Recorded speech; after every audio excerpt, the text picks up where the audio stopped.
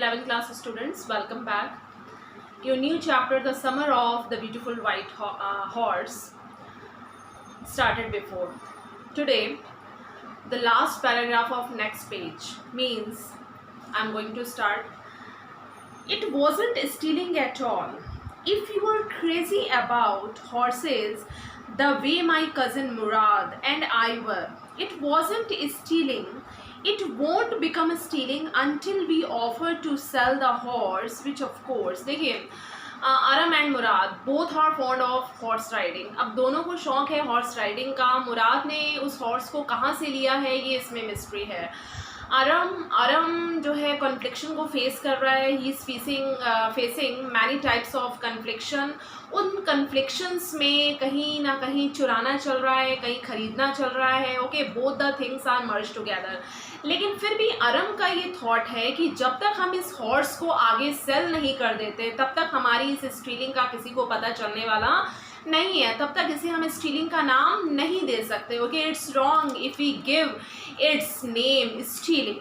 Next, I knew we would never do. और मुझे अच्छे से पता है कि हम ऐसा करने वालों में से नहीं हैं. हम अभी जाकर इसे सेल थोड़ा ना करेंगे. So that everybody may come to know. Let me put on some clothes I said. मुझे ड्रेसअप होने दो, ये आरम ने कहा, तभी तो मैं हॉर्स राइडिंग के लिए चल पाऊंगा. All right he said, but hurry. ठीक है, जल्दी करो, I am waiting for you. अभी वो घर के बाहर ही खड़ा है. Is standing outside the home.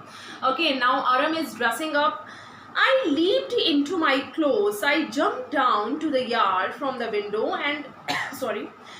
and leaped up onto the horse behind my cousin Murad. मैं फट से कूद कर विंडो से ही कूदा. ओके, और जैसे ही मैं कूदा और अपने मुराद कजिन के पीछे हॉर्स पर बैठ गया. And I was ready to take the ride. That year we lived at the edge of town. उस साल हम टाउन के किसी छोर पर ही रहते थे, मीन्स किनारे पर ही रहते थे. ऑन वॉलनट एवेन्यू, जिसे वॉलनट एवेन्यू के नाम से सभी जानते थे. Behind our house was a country wine yards. और हमारे घर के पीछे जो है वो कंट्री वाइन यार्ड्स थी. Orchards, irrigation ditches and country roads. जहाँ हमारा घर था पीछे सिंचाई के काफ़ी सारे क्षेत्र भी थे जहाँ से वाटर जो है सप्लाई किया जाता था फील्ड्स पर.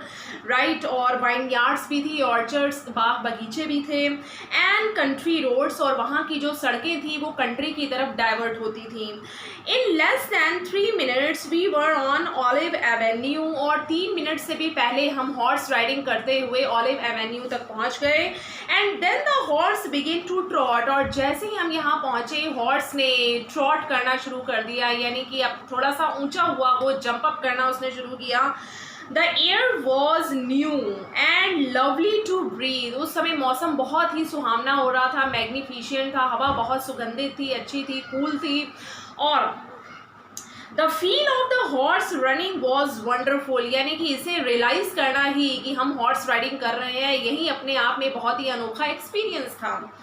My cousin Murad, who was considered one of the craziest members of our family, began to sing. जो हमारी फैमिली का सबसे craziest person माना जाता है, of course मुराद. और उस craziest person के मुंह से धीरे धीरे आवाज़ें निकलनी शुरू हुई और वो आवाज़ें एक गाने के रूप में आई. I mean, he began to roar. मेरा मतलब उसने roar, उसका वो गाना नहीं था, सिंगिंग नहीं थी, बल्कि दहाड़ना था. Okay, every family has a crazy streak in it somewhere. देखिए, हर एक फैमिली में, चाहे आपकी फैमिली हो, हमारी हो, या इस बुक की फैमिलीज के चैप्टर्स हों, ठीक है, हर फैमिली में कोई ना कोई एक क्रेजी पर्सन होता ज़रूर है जो अपने ड्रीम्स के लिए, हॉबीज़, एम्बिशंस के लिए बहुत ही ज़्यादा क्रेजी होता है. ठीक है, and my cousin Murad was considered the natural descendant of the crazy streak in our tribe. और हमारी फैमिली में सबसे ज़्यादा क्रेजीएस्ट किसे माना जाता है? Okay, now before him there was another man. एक और कैरेक्टर हैं जिन्हें कि क्रेजी माना जाता है इस फैमिली में. जिस तरह से मुराद क्रेजी हैं उस तरह से उनके अंकल जिनका नाम मिस्टर खोशरव है वो भी बहुत ही क्रेजीएस्ट स्ट्रीक में से ही हैं. Right, was her uncle Khosrow an enormous man with a powerful head of black hair and the largest moustache in the San Joaquin Valley. A man so furious in temper, so irritable, so impatient that he stopped anyone from talking by roaring it is no harm, pay no attention to it. देखिए mister Khusro जो हैं उनका nature ऐसा है, so irritating nature, इतने चिड़चिड़े स्वभाव के वो व्यक्ति हैं कि अगर कोई उनसे बात भी करे तो उन नॉर्मल सी बातों पर भी वो इरिटेट हो जाते हैं, उनमें पेशेंस नहीं है, वो इम्पेशेंट हो जाते हैं, उनका टेम्पर बहुत जल्दी लूज़ हो जाता है, शॉर्ट टेम्पर्ड पर्सन है। और उनके कुछ डायलॉग्स हैं जो कि उनके पेट डायलॉग हैं, वो क्या है, इट इज़ नो हार्म, कोई चिंता की बात नहीं है, कोई नुकसान नहीं होगा इससे, पे नो अटेंशन टू इट, इस पर ध्यान ना दिया जाए। ये लाइन इस चैप्टर में कई बार रिपीट होती है, जो उनके ही वर्ड्स हैं। That was all, no matter what anybody happened to be talking about। इससे कोई फर्क नहीं पड़ता कि कोई उनसे मिस्टर खुशरो से क्या बात कर रहा है, किस बारे में बात कर रहा है, क्यों। अब देखिए उसमें से ही एक incident. Once it was his own son Arav running 8 blocks to the barber shop where his father was having his mustache trimmed to tell him their house was on fire।